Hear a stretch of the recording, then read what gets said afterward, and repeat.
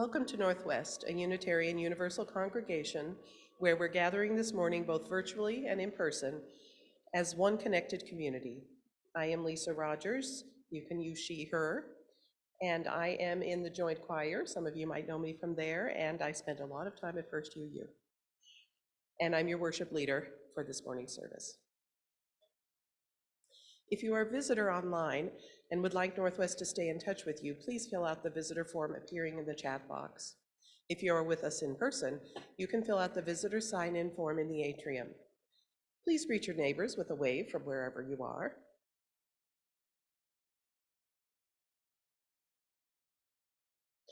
We have a few announcements to share with you. You'll find more information about Northwest and its events in the weekly newsletter and on our website. Over the next several weeks, you will notice some changes to the worship services. These are not final changes, but rather experimentations to see what works, how things feel, and how we can continue to adapt and change. New ways of doing worship also have an impact for the AV tech folks to implement these changes on the spot. We welcome your feedback on those changes and encourage you to reach out to the worship arts team and to share your thoughts. However, please share your feedback after the service and not during the service with the AV tech and volunteers. Announcement number 1, Adore. Join us today after the service for a dialogue about race and ethnicity. We will delve into the complex topic of language, racism, inclusiveness, and free speech. Everyone is welcome. You can join the conversation by staying in the main session in Zoom or meet in room C for those who are here in person. Second announcement, Sound Journey Gong Meditation. Mark Denny and Nancy Landon are bringing back the moderators, Dana Piper and Sharon Harris, to guide you on a 1-hour sonic journey using gongs and other instrumentation on Saturday, March 2nd at 7 p.m. The cost is $20. You can sign up in the multipurpose room during coffee hour.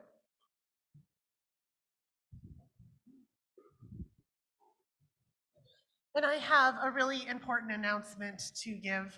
I was going to call Ben up here for this one, but he just went off to do something probably essential for the congregation. You want to come? All right, come on up. You guys, who's heard of Ben Gable? Ben Gable? Yes, that's right. He's famous in this congregation for what? That's right! Who here thinks Ben goes above and beyond his job? Who here thinks that we would have been in a lot of trouble without Ben for the past 4 years? Who here thinks Ben should have some extra special reward for keeping this congregation afloat through so many changes? Okay, so now that we're in this space, I want to tell you that the Board of Governors, with my deep, deep gratitude and support, has offered Ben a 2-month sabbatical so that he can go and take a break from the congregation and be able to rest and reset himself so that he can continue to do the important and good work of the congregation. So many things are on Ben's shoulders that shouldn't have to be, and if somebody gives this amount of service, you want to say thank you in big ways. So starting May 15th? March 15th. Ben will be taking a sabbatical from the congregation. Michael is going to be stepping up for us. We're going to be looking for some support from a hired person that we're not quite sure who it is going to be yet. We're going to be getting about 10 hours a week of support. And you, if any of you have skills in the administrative realm, if any of you are good at databases, if any of you can give a couple of hours a week doing a newsletter, or want to learn how to set up the OWL technology, or want to learn what these fabulous and wonderful tech people do on Sunday morning, please come see me. We really want to come together as a community and support Ben for all the work that he's done.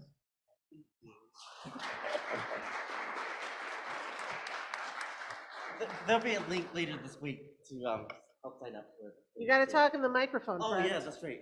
I'm not listening to my own advice here. Yeah, there'll be a link set out later this week on how to sign up for the different tasks as well. Also, I think Ben should get a special commendation for fabulous shirts.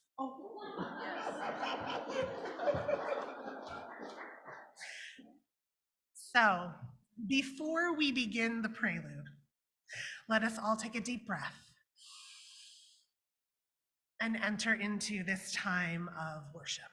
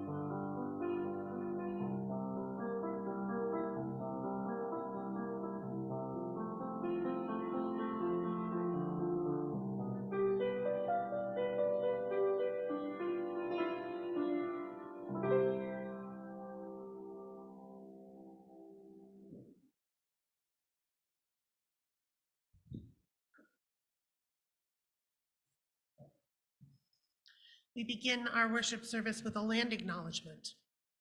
We honor and pay our respect to the land on which we live and work, which was violently stolen through colonialism, genocide, and forced removal of its traditional stewards. These stewards are the Anishinaabe, the Council of Three Fires, which include the Ottawa, Ojibwe, and Potawatomi, also known as the Ottawa, Chippewa, and Potawatomi tribes.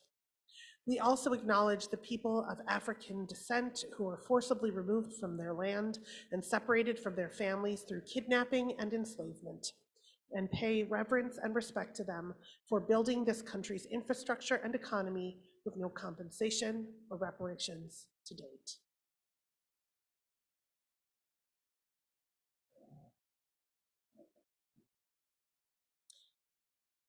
We light our chalice,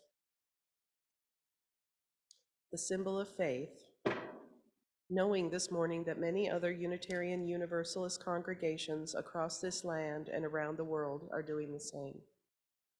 We light this flame to liberate truth, radiate kindness, and love courageously.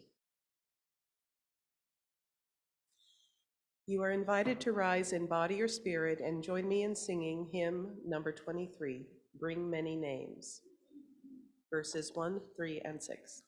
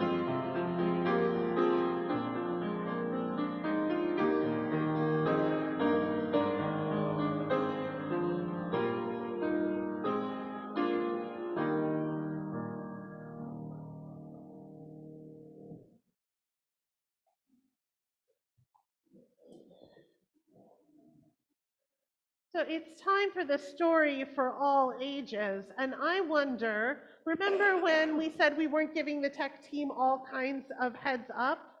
I'm wondering if we could use this microphone for the story for all ages. Michael, is that possible? Or Mosin? Yes, I'm getting a thumbs up. I love it. Thank you. Wonderful. So I'm going to continue to speak in this, but it's going to be an interactive time for all ages. So I'm hoping that other people will speak in this.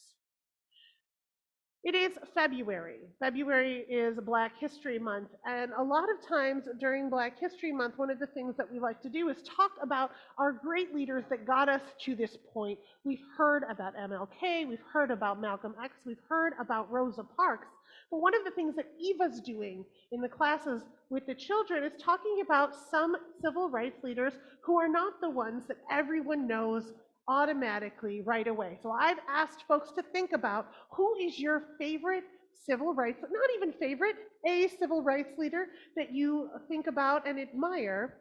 And I wondered if we could take a few moments just to name some of our favorite civil rights heroes who are less sung maybe than MLK and Malcolm X, although we should sing their praises, and I'm glad we do.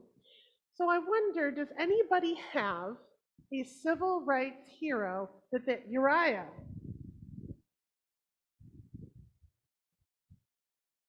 I have two. I think, okay. I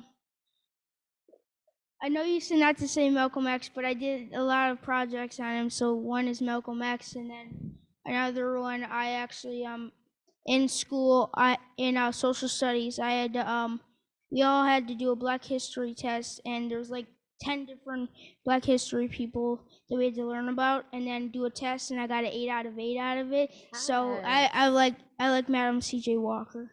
All right, and then look, I'm never gonna say not to praise Malcolm X. So tell us what you like, just one or two sentences, what you like about these folks. I think Madam C.J. Walker. I don't think our hair would like my people type of hair would be that good if she didn't have made all the materials to help our type of hair. And Malcolm X. Let me think about that one. I liked that he was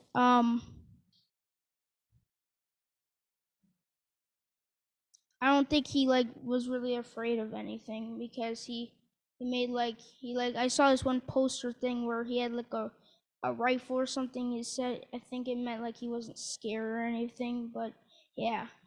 Yes, courage and catering to different types of needs of different people. Amazing civil rights.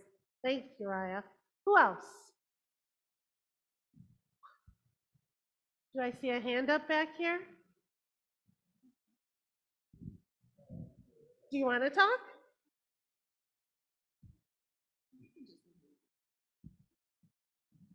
Yes? Martin Luther King. Martin Luther King, that's an amazing one. Why do you like MLK? You just like him. There's a lot of things to like about him. Oh, excuse me. Sorry, Tom. Sally, who do you got for me? I was going to say Medgar Evers. There's a new book about him out, so of course he's on our minds, but he worked in the most dangerous city and state in the country. What he accomplished was phenomenal. That's amazing. What did he accomplish, Sally? Oh, well, the incredible violence against the civil rights marchers and protesters was met with such violence that it put the spotlight on the whole movement. Yeah. Well, this is a name that's from my past. I went to a school in Detroit, an elementary school that went up to 8th grade, and then a junior high for 1 year. And we had several, 3 or 4 very brave Black students that came from other schools. And they came into Crary, Isaac Crary School on Puritan, and Cerveny School on Hubble. And her name was Marcia Tucker. And she was a wonderful, hopefully is a wonderful person still. And the bravery I realized to come into those two schools, first one year and then the next year. We hold up Marcia Tucker. Barbara. Well, I was thinking of Bayard Rustin, who got 200,000 people to Washington for the march. He did the organizing. And I only know that because there's a movie about him right now, which is very well worth watching. And he had a little problem along with everything else. He was gay at a time that it was practically illegal to be gay. So he had a rough life, but he worked for everything, for justice. Thank you. Hold up his name. Colleen. A personal friend of mine, Ruth Ellis, who opened her house to the gay and lesbian community many years ago when there was no place for people like us, especially Black folks, to go. And her name lives on at the Ruth Ellis Center. There's someone behind you. I was going to say Coleman Young. He gets a bad rap a lot of times, but Coleman Young was a very brave and forward-thinking politician who whose testimony before the Un-American Committee, House Un-American Committee, was monumental, and he paved the way for African Americans to have power in the city of Detroit, which was wonderful. And another one is Toni Morrison, the goddess of literature, as far as I'm concerned. You lift up their name.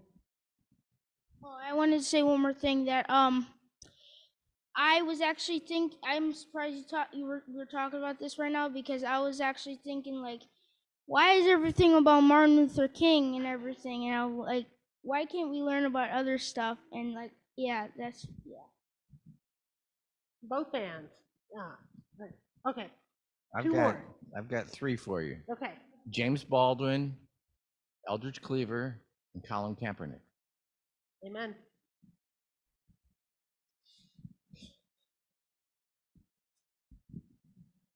Emmanuel Cleaver. He's a member of Congress. He was the first elected Black mayor of Kansas City, and someone that I know personally. Last one right over here. We're gonna.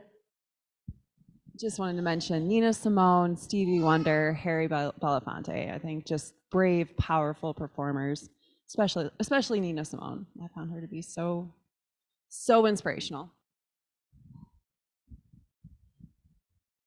I know that we could name, I think we could do the entire service just sitting here naming our favorite people. So let's end it by saying out into the space the names of people that were yet unsaid.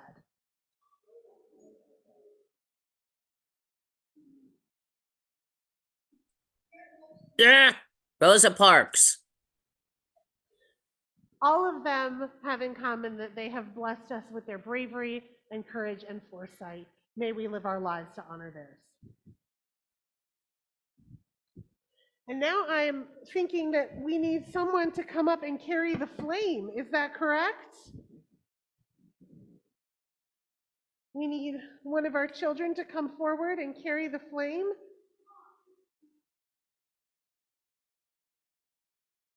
Is that normally what happens now?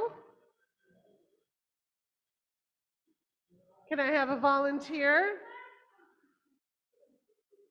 It doesn't have to be Uriah.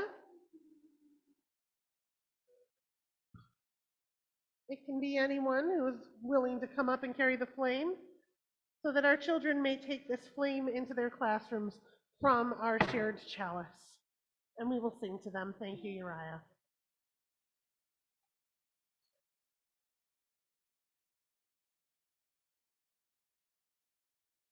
Right.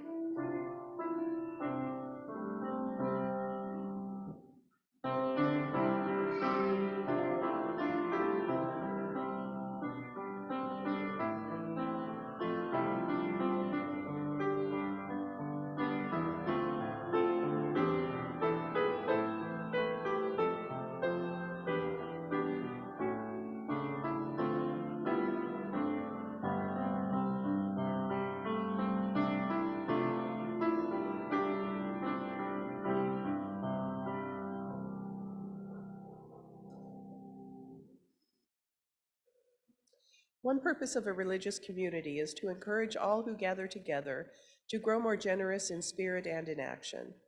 This is the great end of all the world's faith traditions, to bring the human being closer to the divine by acts of creation and compassion. We now take an offering that allows us to exercise that all-important generosity of spirit, an offering that will mutually support this self-supporting congregation and the shared plate recipient. Northwest shares 50% of its plate collections with a local 501c3 charitable organization. The social justice team has selected the Ruth Ellis Center as our February plate collection recipient. Founded in 1999, Ruth Ellis Center has established a national reputation for quality and innovation in providing trauma-informed services for lesbian, gay, bi-attractional, transgender, and questioning, LGBTQ+ youth, and young adults, with an emphasis on young people of color experiencing homelessness, involved in the child welfare system, and/or experiencing barriers to health and well-being. You can do so in a variety of ways that are now visible on your screen. For those here in person, we will pass a collection basket for checks and cash.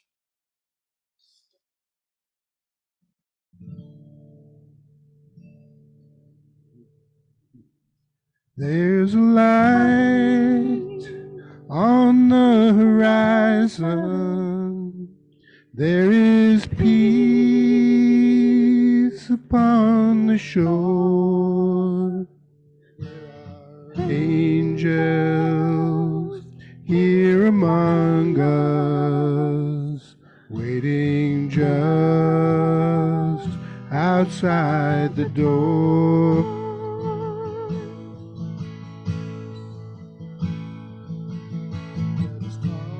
About the leaders of a country that's gone bad, preaching greed and clinging to the treasures that they have, turn their backs upon the suffering of the people who have less. They don't want to feed the hungry. Who's to blame and who's to bless? But there's a light on the horizon. There is peace upon the shore. There are angels here among us, waiting just outside the door.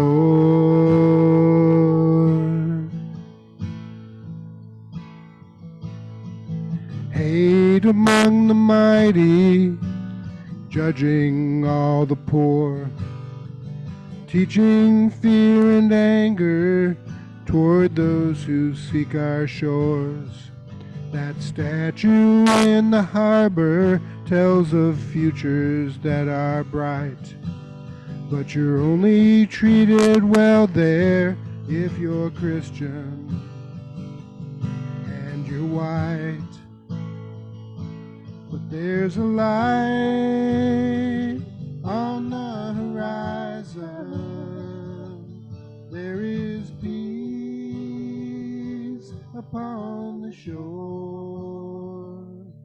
There are angels here among us, waiting just outside the door.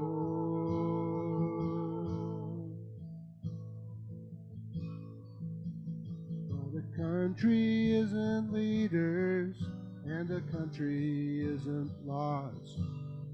It isn't colors flying to the thunder of applause. It's people who have little, helping people who have less. In the days that stand before us, souls of kindness will be blessed.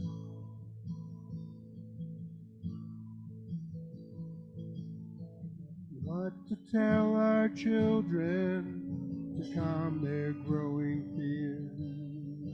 Look and see the helper's child. You'll always find them near.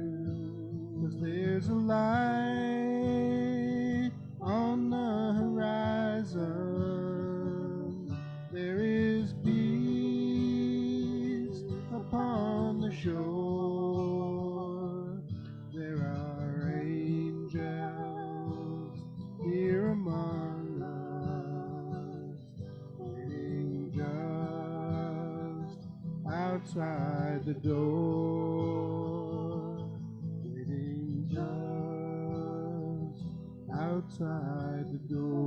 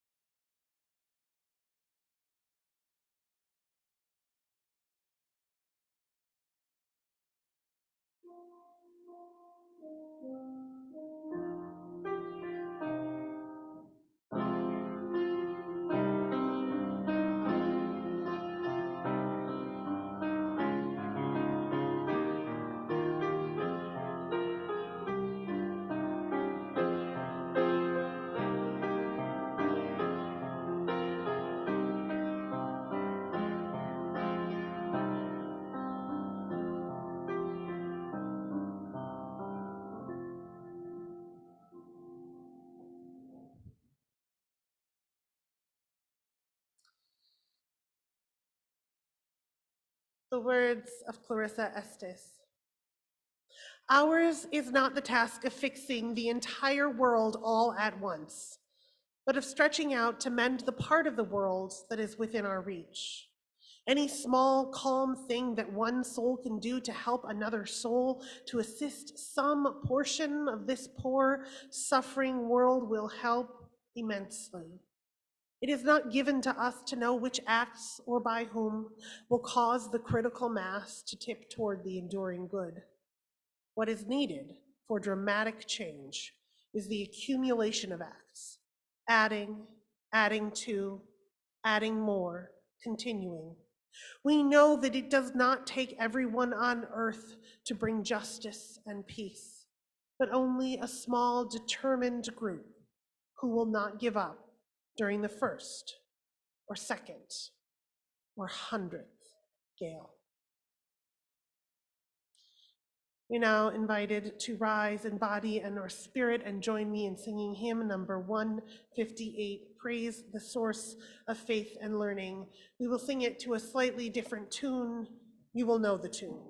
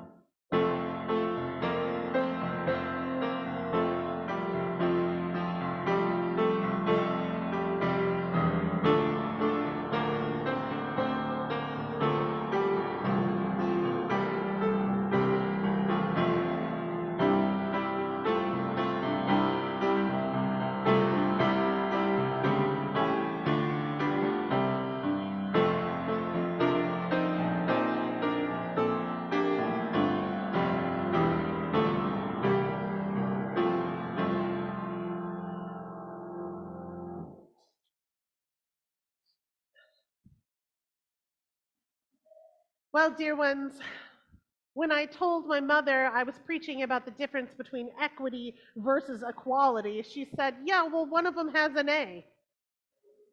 And I thought, okay, I'm done. For the past several decades, for most of living memory in this country, what we have been striving for in our justice movements is equality. Everybody wants equality. We want everyone to have the right to vote. We want everyone to have the laws applied to them equally. We want equality. And then, about 10, 15, maybe 20 years ago, we started shifting our focus in liberal organizations from equality to equity.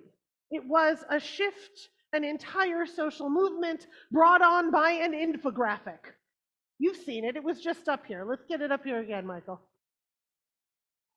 There you go. There you have it. Equality means everybody gets the same. Oh, can we have it up for a little bit longer? Thank you so much. Equality means that everybody gets the same thing no matter what, but equity means that people get what they need. There's no reason to give the tallest person a box when the shortest person needs to. And so all of liberal thought said, okay, now we're going to stop focusing on equality and we're going to start focusing on equity, because really that's way better, right? The second one is better. Everybody's happy. They get what they need. And I thought the same thing. This was the infographic that I was teaching my social justice committee when I was the minister out in Brighton, Michigan, in Livingston County here in Michigan. And at one point, I got it. Something happened there in 2020. Maybe you all remember there was a pandemic.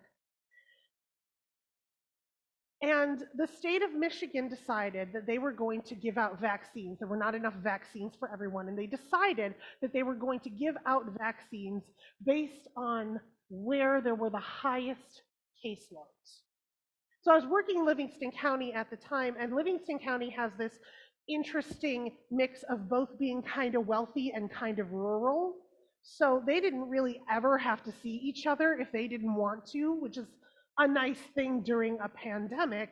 And so the caseloads in Livingston County were really, really low. And the caseloads in Wayne County were really, really high, the places where there was the most concentrated poverty, where people had to go out and have those essential jobs and see each other, where the population was condensed, and where there was not as much access to medical care. Those were the places where the caseloads were really, really high. So the state of Michigan said, we're going to vaccinate. We only have enough vaccines for about, I don't know, I think it was like 15 to 20% of the population the first time around. We're going to vaccinate the people in the counties where the caseloads are the highest. Well, there was this one guy in Livingston County who was not hearing it. Let's call him Jim. For the life of me, I don't remember what this guy's name was.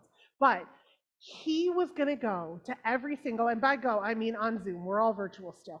He went to every single city council meeting of every town in Livingston County. He went to the county commission meetings. He went to the board of directors for every commerce business, anything he could show up at that would take public comment to say, this is not fair. It's not fair. It's not fair. It's not fair.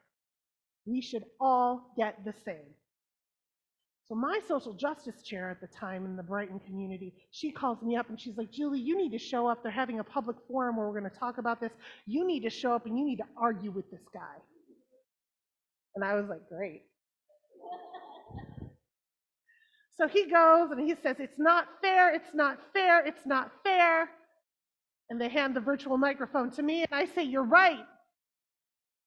It's not fair. Fair means equal. Fair means everybody gets the same thing. We don't have enough vaccines for everyone to get the same thing. Everyone getting the same thing in this case means everyone gets a vaccine or no one does. So, since we don't have enough for everyone to get the same, which would be fair, which I also would prefer, we have to figure out what is equitable. And what's equitable is everybody gets what they need. So let's think about this for a second. What do people really need in this situation? They need for folks to get vaccinated or have access to the vaccines so that the pandemic can stop, right? And if we vaccinate the folks in the population centers where the virus is spreading the most, that's actually going to help the people out in Livingston County because it's going to stop the spread of the disease. If we treat the disease at its center, then it's going to help people out there. So actually giving more vaccine to the people in Wade County is equitable, even though it's not equal. Equitable means everybody gets what they need. Equal means everybody gets the same. And with that comment, we won our case, and I was interviewed by the Livingston Daily. We were going to win our case anyways. Michigan was making that decision, and I don't think there was much Livingston County or Jim could do about it. But I was interviewed by the Livingston Daily, and they said this is an interesting thing for a preacher to be preaching, especially a preacher of a social justice congregation. I was like, welcome to the 2010s. And so I thought, this is great. This confirms exactly what I think, that we need to start focusing on equity versus equality. Equity is the way to go. And I felt proud of myself and good about the world, so I decided I was going to get even more stuff done, so I decided to do my dishes. I started to do my dishes, and I like to listen to podcasts when I do my dishes. And one of my favorite podcasts is the Jacobin Radio Hour. And they have this journalist, Jen Psaki. Jen Psaki, who contributes to the Jacobin Radio Hour. Really like Jen, almost always agree with Jen. And Jen says, today on Jacobin Radio Hour, I'm going to talk about equity versus equality. And I'm like, all right, Jen, good. We're going to agree on some stuff. I'm going to feel good. I'm going to get motivated to get through my dishes. Good day, good day. And Jen says, I'm going to say something controversial. I don't know that we should be completely abandoning equality for equity. I think that this infographic has gone around the country and made everybody, because in the infographic, the moral message is clear. But we actually, in practice, have a system of equity versus equality here in this country. And see, what we forget about is, with equity, if we're trying to say everybody gets what they need, what we forget is somebody's making the decision of who needs what. And she said what we actually have is that system in place already, and it's called means-tested programs. And I said, oh. Because here's the thing, I've been preaching the gospel of universal versus means-tested programs since I've known what that meant. Universal programs means everybody just gets it. There was a young man, I think that we should have universal health care. I think we should have universal education. I think we should have universal access to housing, transportation, and food. I think all of those things are basic human rights, and everyone should just get them no matter what. And I don't think they should have to prove to any bureaucracy that they need them if folks need them. Because here's the thing, sometimes those very bureaucracies that we put in place to try to make sure that the people get the stuff, sometimes those bureaucracies are the things that are barriers to people getting what they need. There was a young man who used to shovel my snow. Every winter he'd come and shovel my snow from the time he was like 15 to the time he was 18. And then one day he knocked on our door and he said, I'm not going to shovel your snow next year because I got into CMU. I'm going to Mount Pleasant where there's going to be even more snow, and I'm going to get my learning on. Sorry about it. And I was like, I am not sorry about it. There are not many kids from my neighborhood that get to go to college. This is amazing. I will not see you next year. Congratulations. And next year he knocked on my door. And he said, can I shovel your snow? And I said, what are you doing here? And he said, well, I thought I could go to college because they told me I qualified for financial aid, but I didn't know what a FAFSA was. So I didn't fill one out, so then I couldn't get the aid in time, so I didn't go, and maybe next year. We have all of these bureaucracies that pry into the private lives of people, asking them to prove that they are in need. And then sometimes it's so hard to access that help because poverty is so pernicious and so prevalent, because poverty holds onto you and doesn't let you get out, that even if you have a moment where you could get out of poverty, you choose to stay reliant on those programs because who knows, you might need to bounce back and rely on them again. And then you have to go through the whole vicious cycle again. I believe in universal programs. Does that mean that I believe in equality and not equity? I have this argument that I have with people. They often say, so wait a minute, if you believe in universal programs, does that mean you want to pay for Jeff Bezos' kids to go to college? And I think, you know what? Honestly, yes.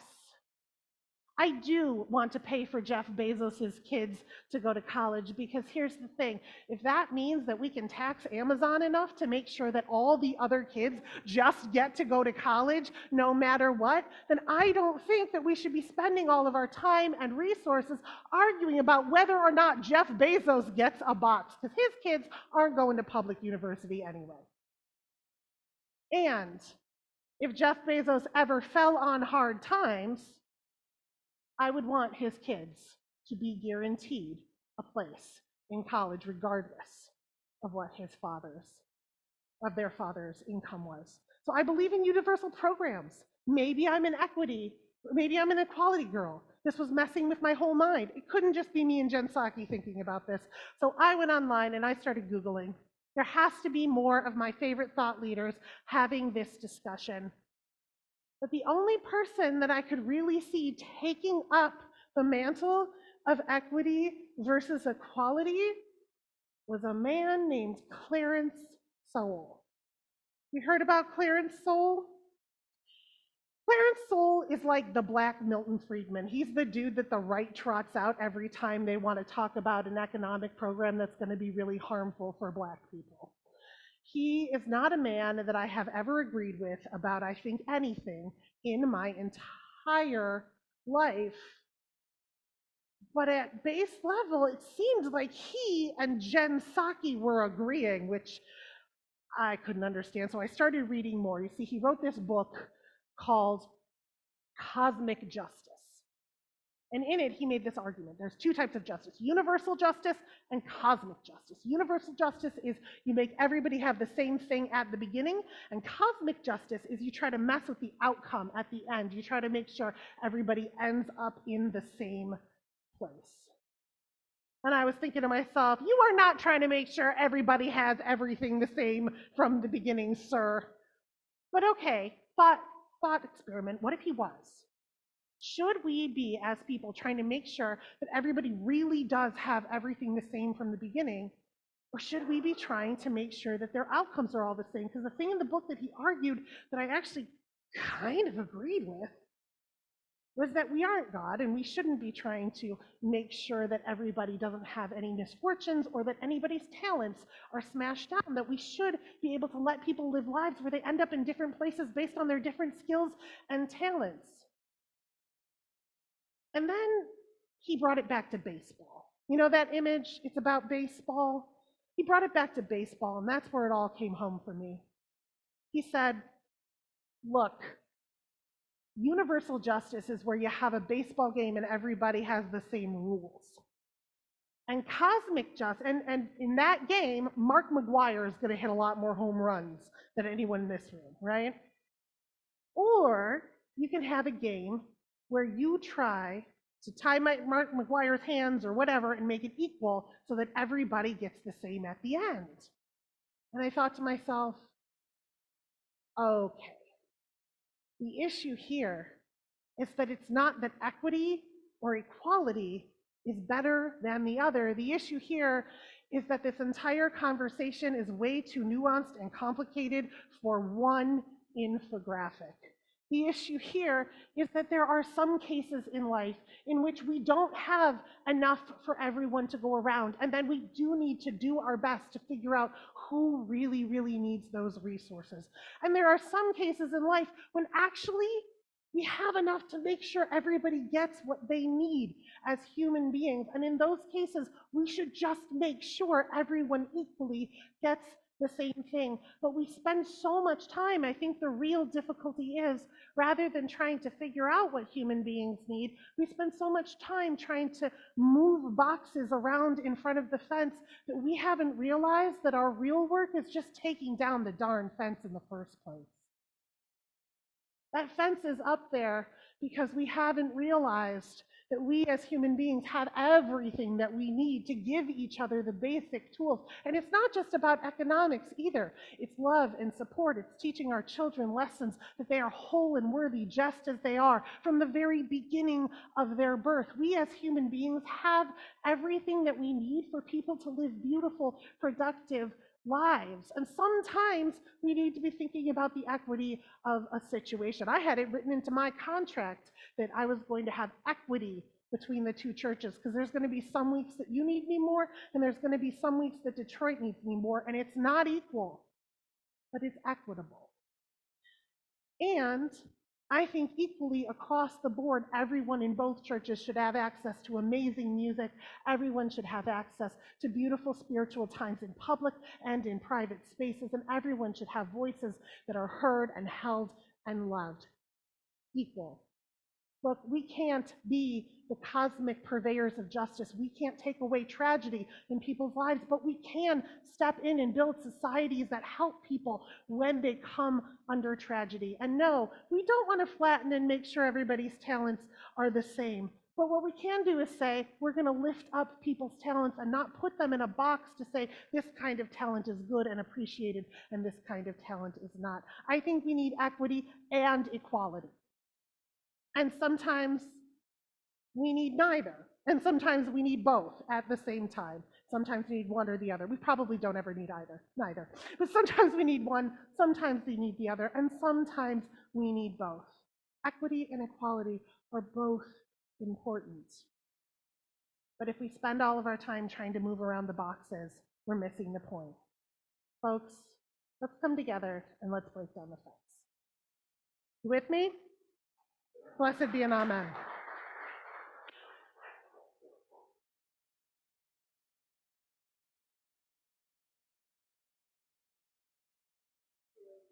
Rise in body or spirit and join me in singing hymn 345, With Joy We Claim the Growing Light.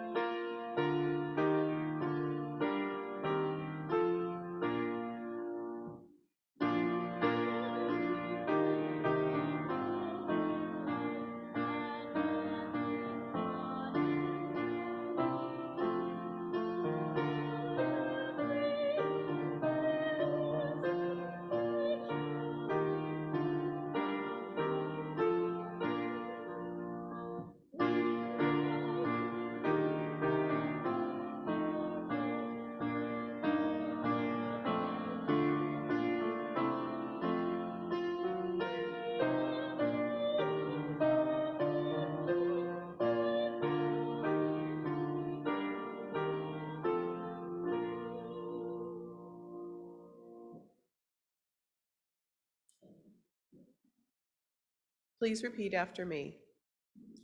We extinguish this flame, but not the light of hope. The warmth of community, or the fire of commitment. These we carry in our hearts until we are together again.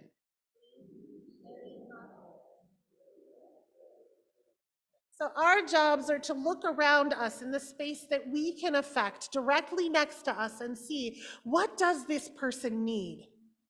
And how can I make sure everyone else gets that too? Have a beautiful day. Go in peace, return in love.